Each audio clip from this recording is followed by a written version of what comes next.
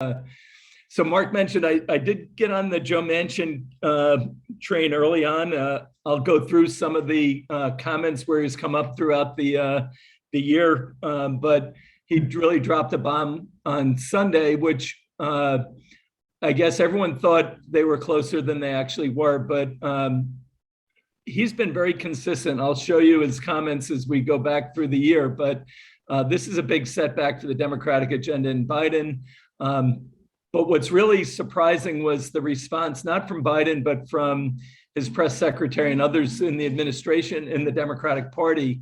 But they were really scathing and not what you would do if you were trying to keep the door open and keep things moving. As you can see from the comments here, a sudden and inexplicable reversal of his position, a breach of his commitments to the president. Those are really harsh stuff. And then we'll continue to press him to see if he'll reverse his position again. It's a pretty cold response. And I get the frustrations, but this is really a fascinating dynamic. And I've talked about throughout the year, the Democratic Party being multiple parties right now, and how did they get that resolved? And it was going to require a lot. Manchin did give a proposal of about 1.75 trillion that he could live with. The problem was it was missing one of President Biden's key programs, which is the child care credit. But it's also, there were other big differences. He didn't like the fact that they were jamming all these programs in, only partially funding and forcing the government to come back and extend them later on after they ran off. I think they made a huge miscalculation. They either thought they were closer to agreement or that he would cave to the pressure. And if anyone's been following him, he's not a caver. They must have thought by lowering the bill with, the gamesmanship that they went through, where they put programs in and partially funded for a couple of years with the expectation that they'd have to be made permanent. That was really something he's always been against. So clearly this didn't go the way everyone was hoping it would go. But where they said he was backtracking, I'm not seeing it. I've actually, unless he said something inside to President Biden or to the other people, what he said publicly has been very consistent. This is what he said on Sunday. You can see he said if he can't explain, he's not going to vote for it. He thought it was just overreach in terms of what it was going to do and leaving us with highly indebted and creating inflation that was going to hurt the working people. And he thought it put our whole system at risk. And he believes it. He's been consistent with it. I'm going to go back to the beginning of the year and show you what he's been saying. So as Mark referenced, in January of this year, I raised Senator Manchin and his views, and these are his comments. And he was really, he was a little surprised. And I think he was sending a message to both sides that the Democrats won by a majority, but they didn't win by that much. And when the Senate was so tightly controlled, and the views inside the party were so divergent, that they really needed to figure out a way to bridge that gap. And he is not big on a lot of the initiatives that the more progressive side of the party was pushing, particularly coming from a coal state and having a coal background. But he was also big on bipartisanship and didn't want to continue the, what happened with the preceding administration. He wanted to get back to the Washington of old, where bipartisanship actually worked.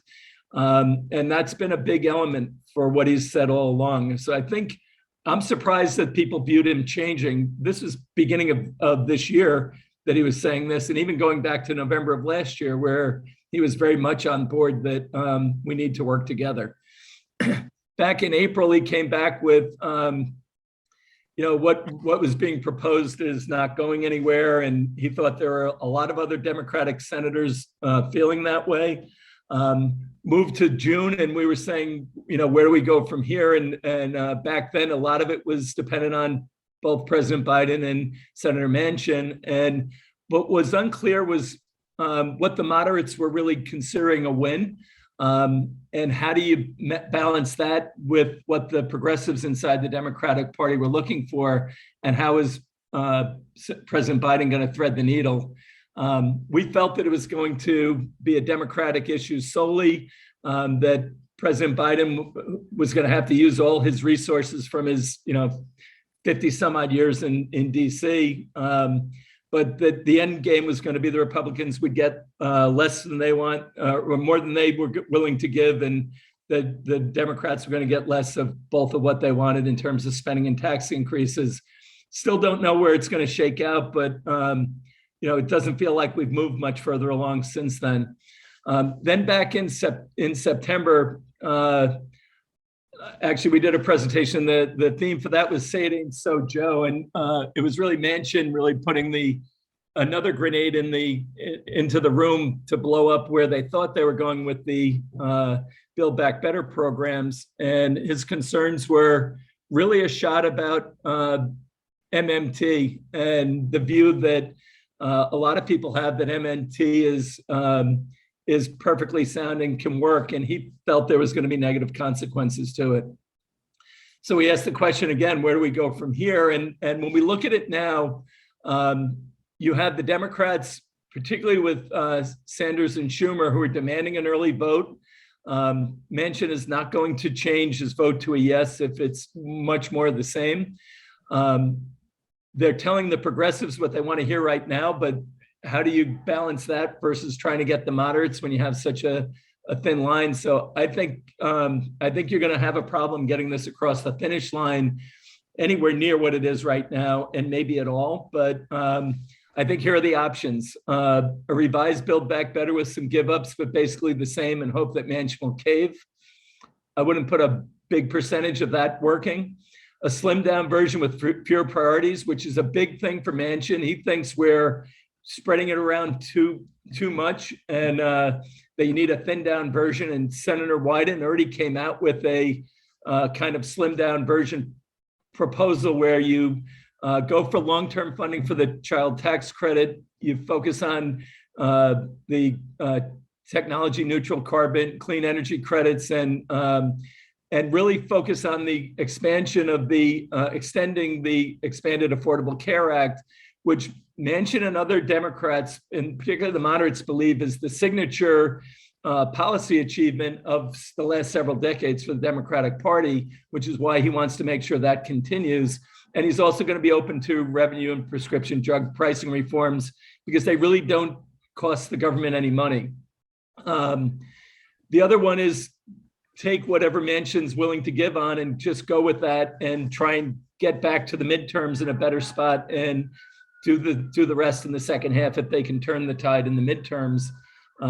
Or the last option is no deal. And I don't think the White House staff did any favors attacking Manchin the way they did. I don't believe he will cave, and I think it's going to take Biden to really continue to salvage the relationship with him while bringing the progressives in line. Not an easy task. So as we look out, I think I've said pretty consistently this year that something in the $1 to $1.5 to $2 trillion range would be likely.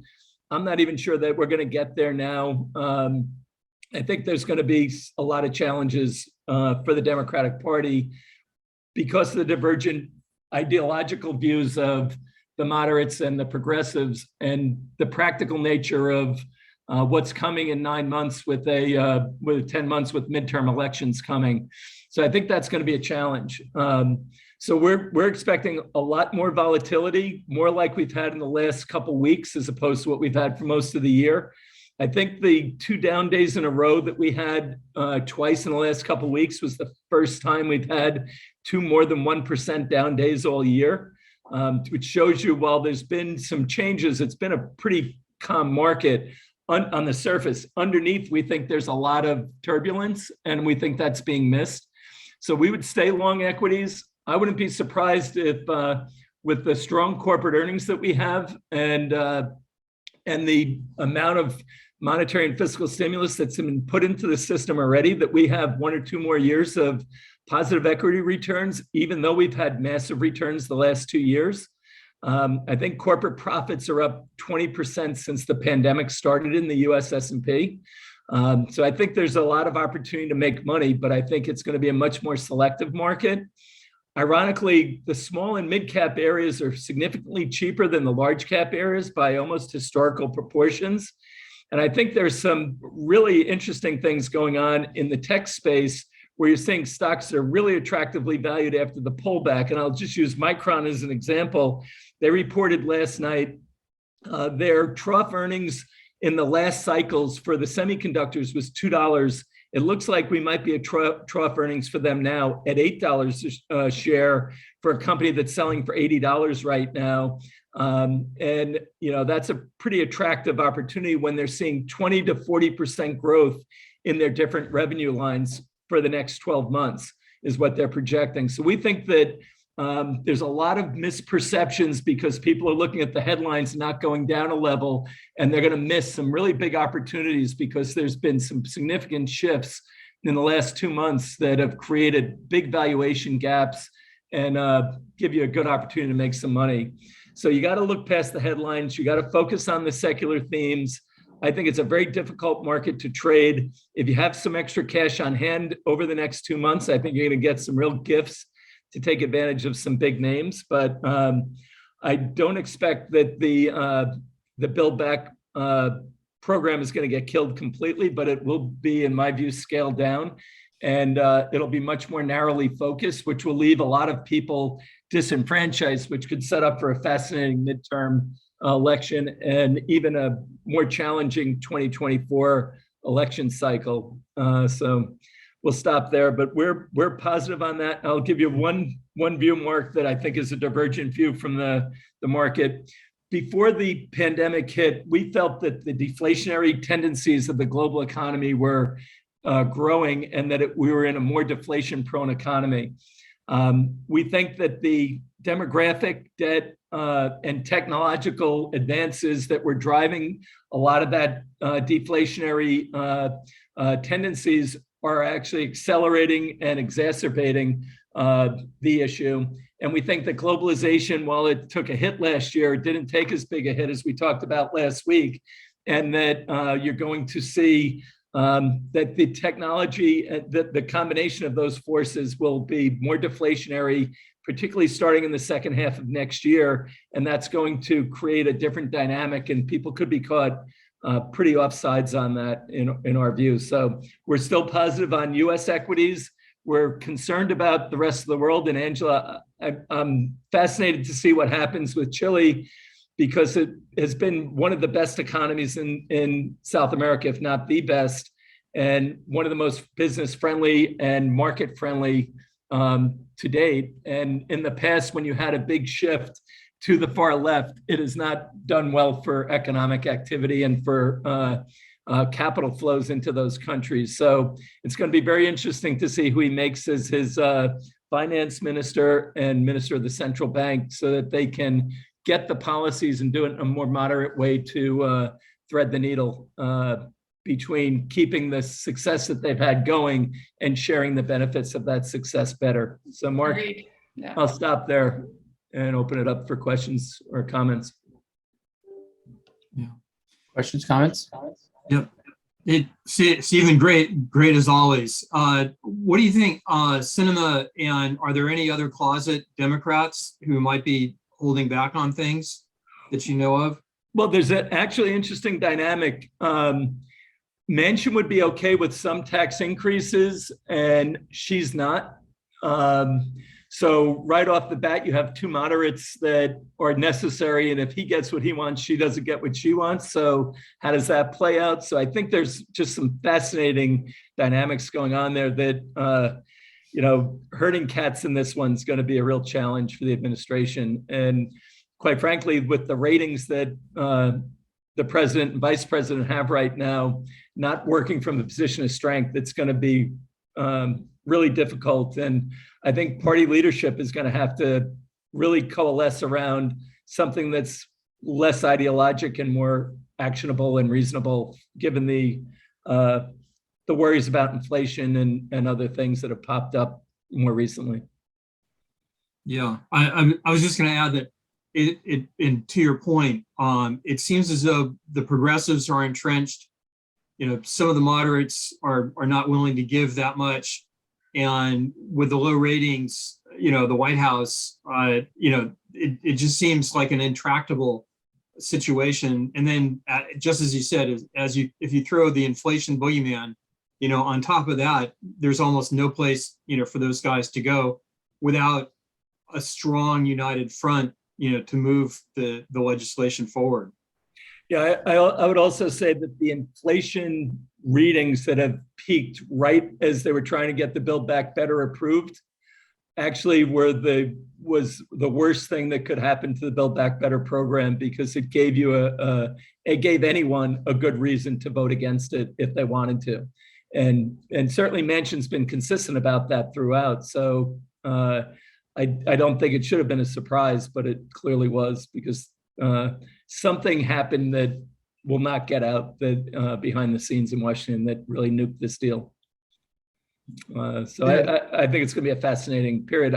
But what would happen if next year was characterized by inflation coming down pretty rapidly in the first half and corporate profits and corporate earnings continuing to go up at a pretty effective rate?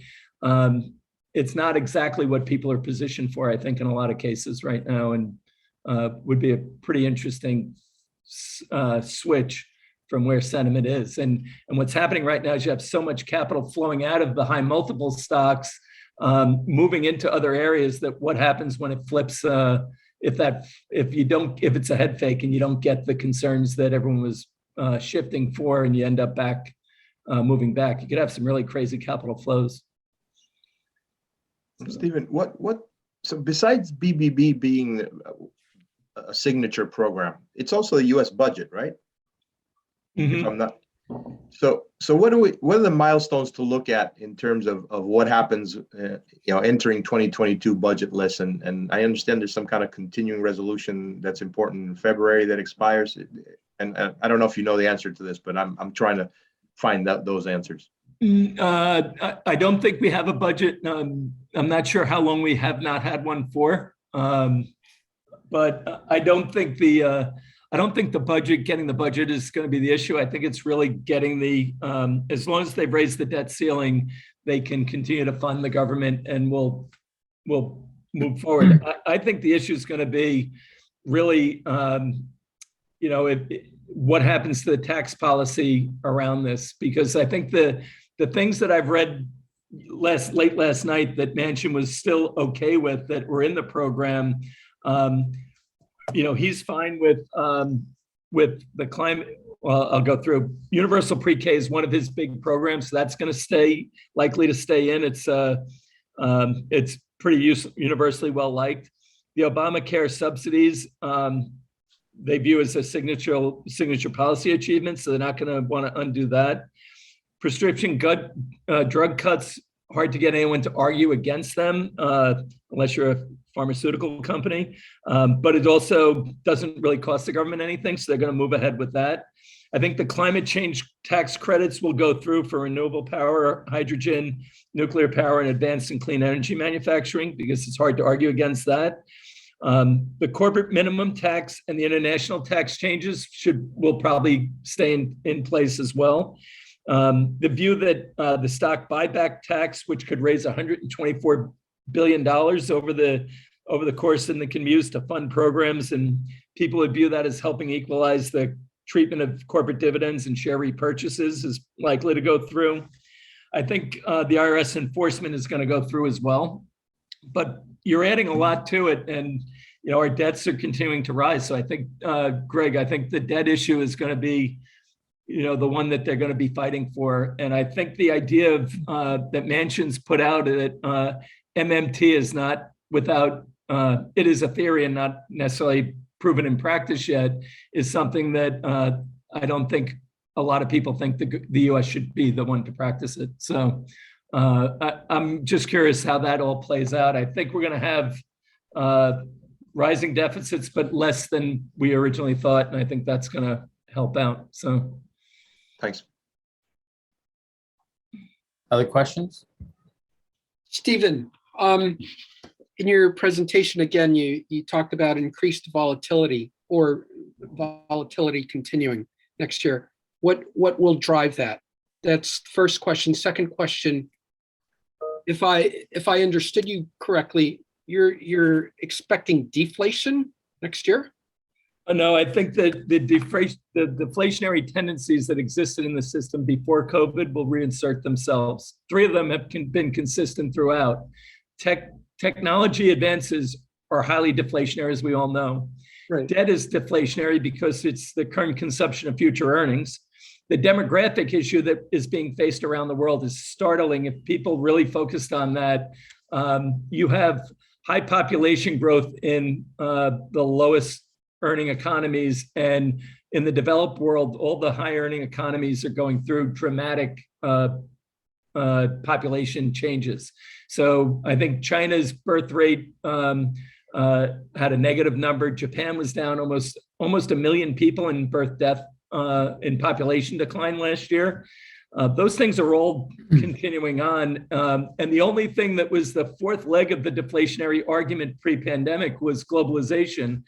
And I think people thought globalization would be shut down because of the trade wars and because of the pandemic. And actually, it hasn't changed as much as everyone thinks. And I think that's why you're going to see some of the deflationary tendencies pick up. And also, you have a pullback from the monetary stimulus that was creating, and fiscal stimulus in many cases, that was creating the inflation pressures in the near term. And lastly, supply chain should ease in the second half of next year, which also takes an element off of that. If not, and we're seeing it ease in other places sooner. So I think the combination of those things will take some of the heat off the system. Okay. Other In com- volatility? And volatility, I think that's going to come from four areas. I think the concerns about policy missteps are going to continue to rise, and the back and forth in Washington, just when it's one party who has control and they can't move their own agenda forward, that creates a lot of uncertainty. So we're going to be dealing with that. I think the geopolitical issues are going to remain front and center. That will add to it, and it will be a very episodic. And we have one leader playing major games geopolitically right now with what's going on in the Ukraine, and then you have what's going on in the Middle East, and more drone operations and all that. The future warfare is changing, so I think that's another element of it. And then you have what's going on in Asia. So geopolitically, we have a lot of challenges. And then I think there's a good possibility of a policy misstep by one of the major central banks, that they're either going to tighten too soon or not. And then the last area of vulnerability, and this gets back to what I was mentioning earlier about Chile, is I think the emerging market economies are in a bad way right now. They have underwhelming health systems to deal with the health crisis. They have high population systems, and they have pretty big political divergences because of the inequality that they're having. And you're starting to see pretty major shifts inside countries' politics. It doesn't set up well for that. So I think those are going to be some of the sources of it. And then you add to that, we have a lot of major elections coming up around the world next year. And, upsets are likely in some of those, and that's going to create some uncertainty as well. So I think there's a pretty good witch's brew that will create the volatility. I think a lot of times, though, if you look past that and focus on the secular themes that we've talked about, we talk about all the time here, that's the best way to play this environment, and you'll do fine with that. So I think that's where the volatility is going to come from. Thank you, Stephen. You're welcome. Other comments, questions? Stephen, thanks very much, of course. I have a question about your strategy outside the US. And I know you're sort of still bullish on the US, which is great. What areas outside of the US do you still think in 2022 have hope of value creation? I would think Japan, because of the way there seem to be starting to have a little bit of a what they were hoping for the last 30 years. Like the economy's starting to work, corporations are starting to be a little bit better rationalized, and I think they're in a interesting spot there. They're keeping their pedal to the metal there. I think Europe's there'll be opportunities inside Europe, but I think they're going to have a tough time. I think the distractions that are going to go on there are going to be pretty high, and they're still dealing with really negative rates, and that strain is going to persist for some time.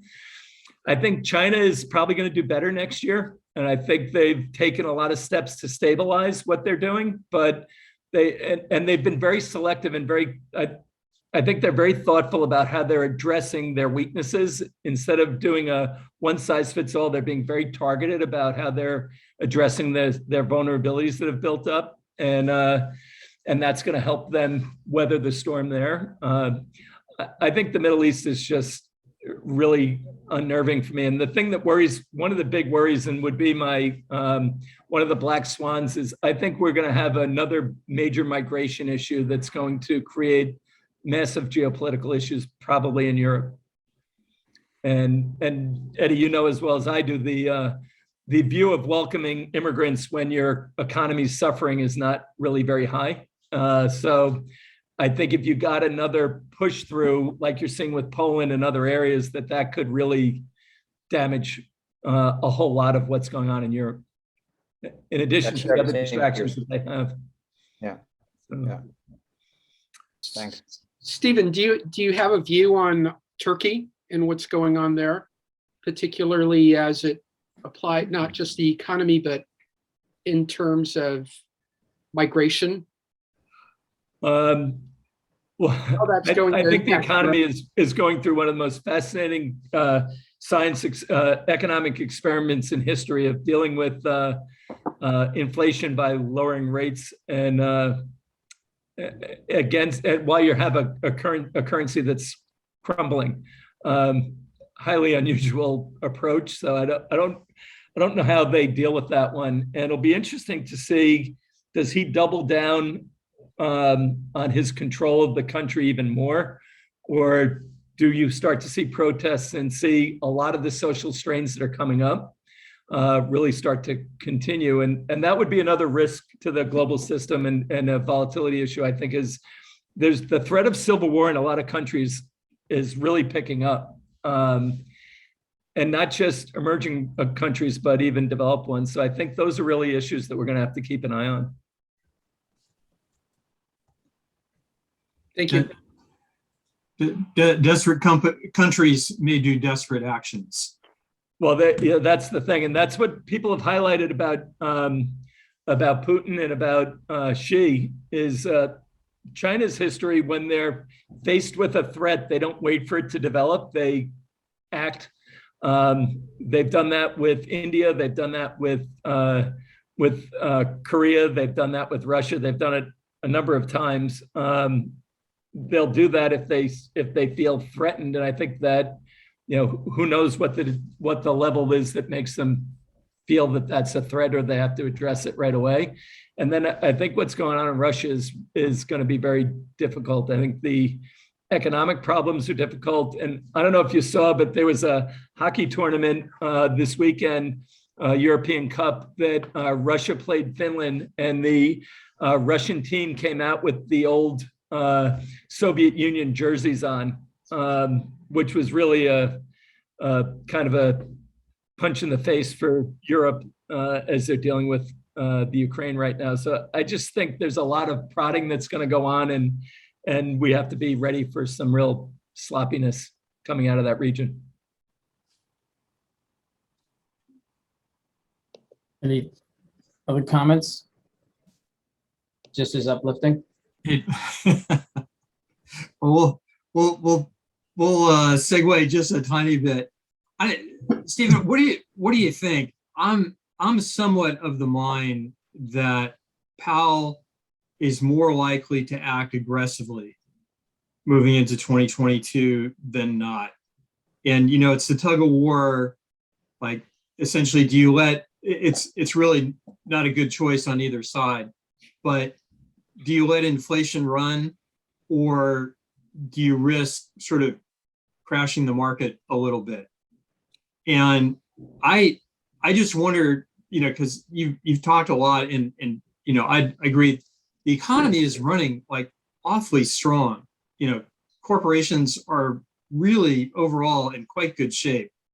And I think that with that kind of a backstop, he might be tempted, to push the pedal a little bit more, which, given the good shape of the economy, maybe you don't need that much, to put a little bit of tempering on the inflation thing, in addition to the deflationary factors that I also agree they're operative out there. They're just being dominated by the current situations, of all the usual cast of characters that are causing the inflation right now.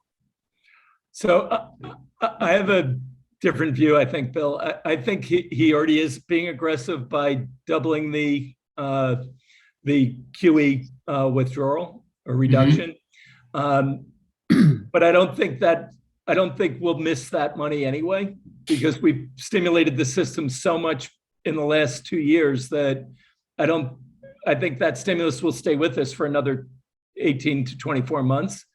And you add to that the fiscal support that's been thrown on, even without Build Back Better, is massive.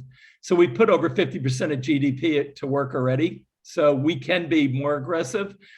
I suspect, though, that by the time they do a rate rise or two, that we might see that the supply chain issues are easing at a faster rate than people think, and that the deflationary tendencies that they've worried about in the past aren't going away, and that they might not move as quickly, particularly if by June you start to see an easing on the inflationary pressures and the supply chain issues, in which case they can, if they've raised rates twice, it won't really show up.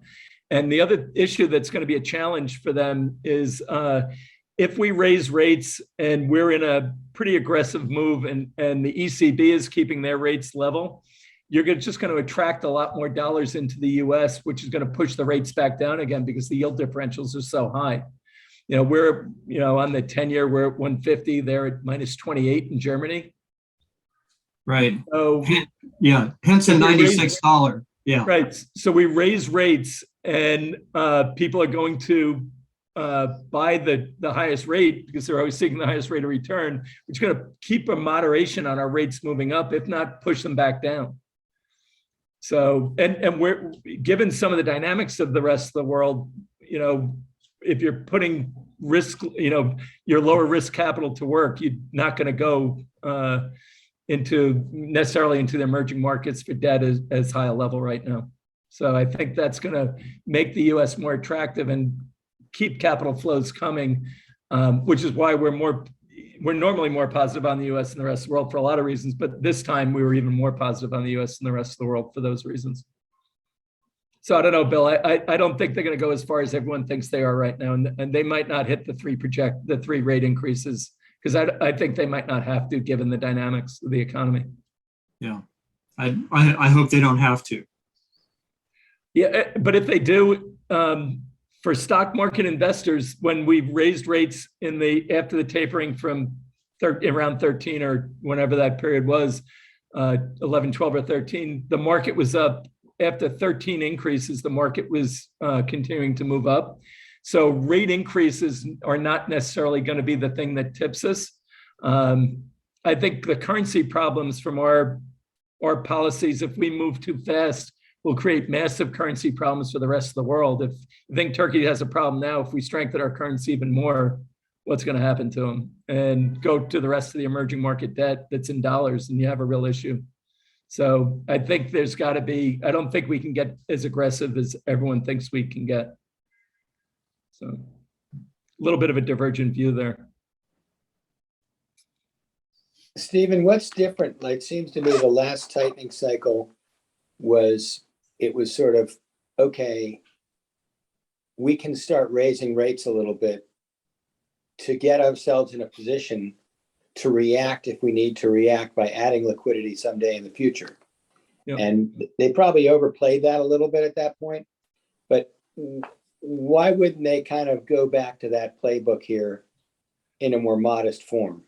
Because why can't you have a 1% federal funds rate? I mean, I just, if I came down from the planet Mars and looked at everything and I said, what should the federal funds rate be?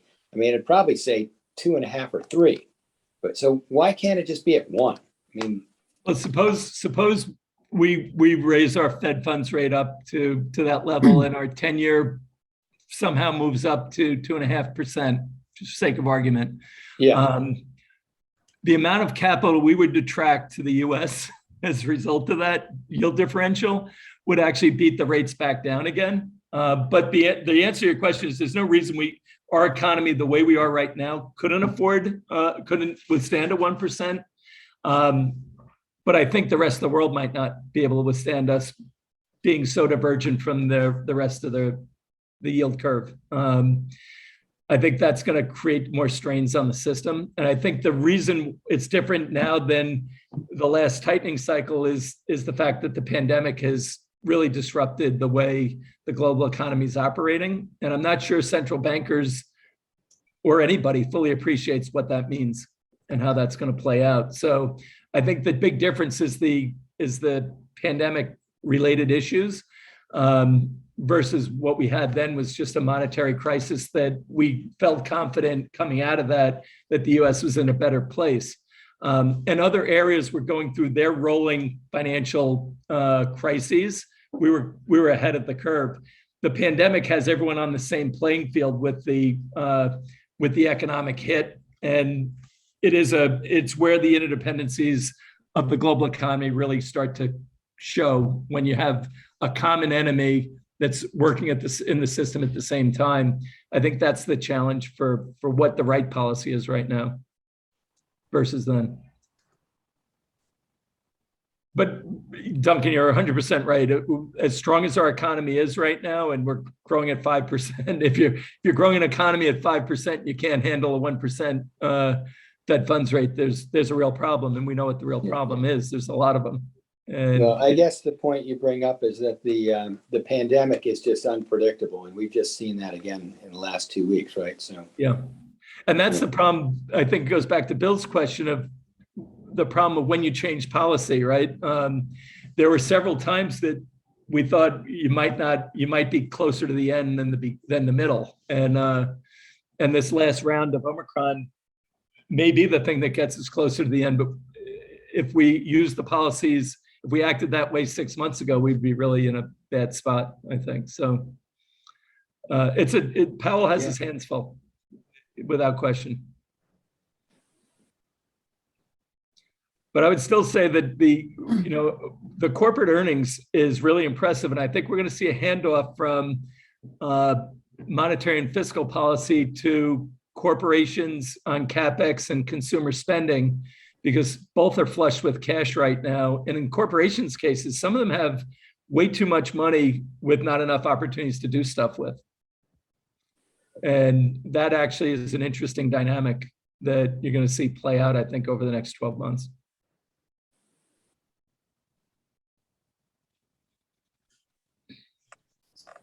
Stephen, what about Ohio?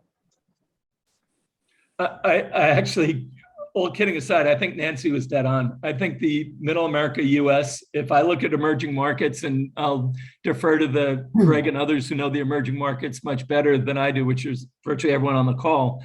When I look at the economic conditions and the social and political conditions of the rest of the world, I just see the US continuing to be a magnet for capital, and that's going to flow away from the coast back to the Midwest. I think Nancy's been right on that all along.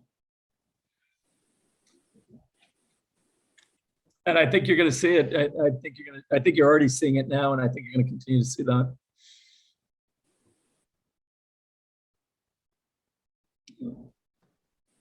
Other comments? Brilliant insights? Brainstorms? Mark, I shared one thing that is not a brilliant insight, but a fascinating kind of statement on the US political scene last week when we were at dinner. And I got a lot of pushback on it, which was... Yep. which was that... is this your prediction? I wouldn't say this is a prediction, but this is a fascinating thing from a political insider, that as you look at the state of politics in the US, and it looks like the former President Trump is starting to set up his plans for another run in 2024. The issue is, where are we with the Democrats and what could play out there? And a leading political commentator I saw felt that with Biden's approval rating and Harris's approval rating, that they would not be able to pass the baton on to her, and that he's not likely going to be able to keep things going as things stand right now. So who would step into the fore? And what's been happening, if you notice lately, Hillary Clinton's been doing a lot more press, and some of the presses she's doing are talking about how she would face off against China and Russia, given her experience as Secretary of State, and how she gave at a university excerpts from what would have been her acceptance speech if she had won in 2016. So I was just thinking that fascinating what would happen if we had Trump and Hillary. And I raised this at a dinner that we had last Tuesday night or Wednesday night, and there's no way she's going to win and all that. I'm not saying she's going to win, but what about where are the candidates if it's not Biden or Harris, and who's going to step into the breach there? And is it possible that we have a 2024 that might be threatened to be Hillary and President Trump going at it again? Interesting dynamic. I didn't think much about it since then, but yesterday on CNBC, they had in the morning, they had Eamon Javers talking about DC and Manchin, and Andrew Ross Sorkin raised the fact that Manchin might be a candidate to be the president or for the party, which would be a pretty significant pivot from the left more to the center. And then Joe Kernan raised, well, what about Hillary coming back in? So I think the talk is going to pick up in that area, and it'll be fascinating for the media, but it won't be necessarily what it's going to really end up. But I think it's just interesting to keep an eye on that and watch her remarks. If you Google her, you'll start to see a lot of comments about what she might have done. So we're going to be set up for a fascinating couple of years in the US for politics. I'm not sure if you guys know, but there's this website called Predicted that where you can bet on political markets, right? It's gotten a lot of news in the last election, and a quick glance shows that Joe Biden is front runner at 40 cents on the dollar, and Kamala at 24 cents second, followed by Pete Buttigieg at 15. Hillary Clinton is at 4 cents. Just so you know, if you have a pick. Remember the last go around, or 2 go arounds ago, President Trump was not in the running until very late. So those numbers don't really matter right now, but I know it's thin trading right now, but it's maybe interesting to keep an eye on it. It got a lot of press mentioning around the election time, and I think the predictability around the election time with higher volumes is significant. Yeah. So just an interesting thing to keep an eye on. I'm not saying she is or she isn't, but she's certainly laying seeds if she wanted to, which will be something to watch. So. Can you, I know we're close to the top of the hour. Can you just let people know what Nitin's going to talk about instead of that? So Nitin is going to talk about the Papyrus Long Short fund that he runs, which is very TMT oriented, but as you know, tech is everywhere these days. So it'll also evolving into other areas. So he's going to give a little background on the process, but also really touch on, I think, 5 different themes that he's investing in, give an example of companies that he's using in those areas. And I listened to the rehearsal yesterday, and it was actually fascinating. So I think he's going to give you a good sense of what's going on in a couple different industries with real live examples of the investment opportunities there. So it'll be fascinating. He's brilliant.